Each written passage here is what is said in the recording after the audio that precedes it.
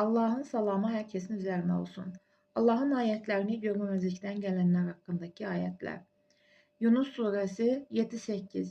Bizə qovuşmağı ummayan, dünya həyatına razı olan, onunla qane olan bu insanlar və özləri bizim ayələrimizə, əlamətlərimizə, nümunələrimizə laqeyd biganə olan insanlar, bax budur, bunlar öz əlləri ilə etdikləri üzündən çatacaqlar yer atəş olanlardır. Zuhruf surəsi 36-38. Və hər kim Rəhmanın övdündən anılmasından körlaşırsa, biz ona bir şeytan müsəllat edərik və o artıq onun üçün yaşıddır, yançıdır. Və şübhəsiz ki, yaşıdlar, yançılar körlaşanları yoldan çıxarırlar. Onlar da özlərinin bələdçiləndikləri doğru yolda olduqlarını sanarlar. Sonunda bizə gəlincə, kaş ki sən ilə mənim aramda şərq ilə qərb arasındakı qədər bir uzaqlıq olsaydı deyərlər.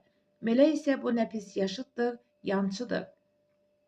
Cəsiyə surəsi 7-11-ci ayətlər. Çox yalançı, çox günahkar insanların hamısının vay halına. O Allahın özünə oxunan ayələrini eşidir, sonra da sanki təkəbbüründən onu heç eşitməmiş kimi yenə bildiyini edir. Artıq sən ona can yandıran bir əzabı müjdələ və o ayələrimizdən bir şey öyrəndiyi zaman onu lağa qoyub. Bax budur, onlar üçün həqarətli bir əzab, ondan sonra da bir cəhənnəm vardır. Qazandıqları şeylər və Allahın yaratdıqlarından qəbul etdikləri qoruyucu, yol göstərici yaxınlar özlərinə heç bir şəkildə yararlı olmazlar və onlar üçün böyük bir əzab vardır.